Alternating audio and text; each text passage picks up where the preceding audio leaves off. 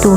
Tergelincir dan jatuh adalah cedera umum yang berhubungan dengan pekerjaan di laboratorium. Lantai licin setelah mengepel atau tersandung benda di lantai adalah penyebab umum jatuh dan terpleset. Adapun akibat kecelakaan kerja terpleset dan terjatuh adalah yang pertama cedera ringan seperti memar dan lecet ringan, yang kedua cedera berat seperti patah tulang, dislokas atau pergeseran tulang, dan cedera otak. Untuk pencegahan kecelakaan kerja akibat terjatuh dan terpleset adalah yang pertama memasang penanda peringatan digunakan untuk memberi peringatan, diletakkan di tempat yang mudah terlihat.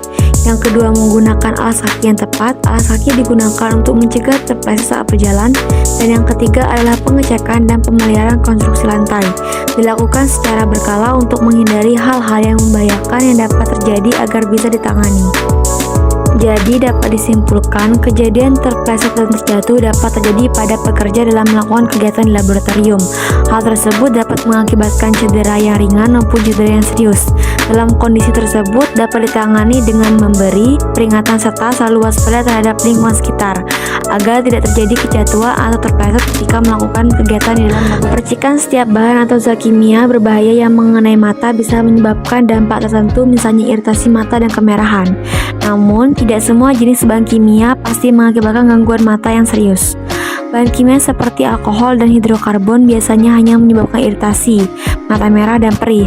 Sementara percikan zat kimia dengan kadar asam tinggi atau mengandung alkali bisa mengakibatkan kerusakan parah pada kornea atau selaput bening terluar saat terkena mata. Ini biasanya terdapat pada cairan pembersih. Oleh karena itu, gangguan penglihatan seperti penglihatan buram atau tidak fokus akibat mata yang terkena bahan kimia pun bisa berbeda-beda untuk setiap kasusnya. Jika mata Anda terkena cipratan zat kimia di laboratorium, Anda harus segera melakukan pertolongan pertama dengan membilas mata dengan air bersih yang mengalir selama minimal 15 menit. Jangan membilas dengan cairan penawar seperti cuka karena bisa semakin mengiritasi mata. Dan setelah membilas, segera periksakan ke dokter mata. Ledakan dan kebakaran di laboratorium. Laboratorium memiliki potensi kebakaran yang cukup tinggi akibat dari beberapa sifat bahan kimia di laboratorium yang bisa menyebabkan kebakaran, ledakan, dan mudah menyala apabila bereaksi dengan zat tertentu, sehingga tindakan pencegahan merupakan upaya terbaik dalam mencegah terjadinya kebakaran dan meminimalisir resiko-resiko yang ada. Beberapa tindakan pencegahan yang dapat dilakukan adalah sebagai berikut. Yang pertama, melabeli bahan kimia dengan tanda bahaya yang benar dan sesuai agar pengguna tidak bingung selama melakukan percobaan dan lebih berhati-hati lagi.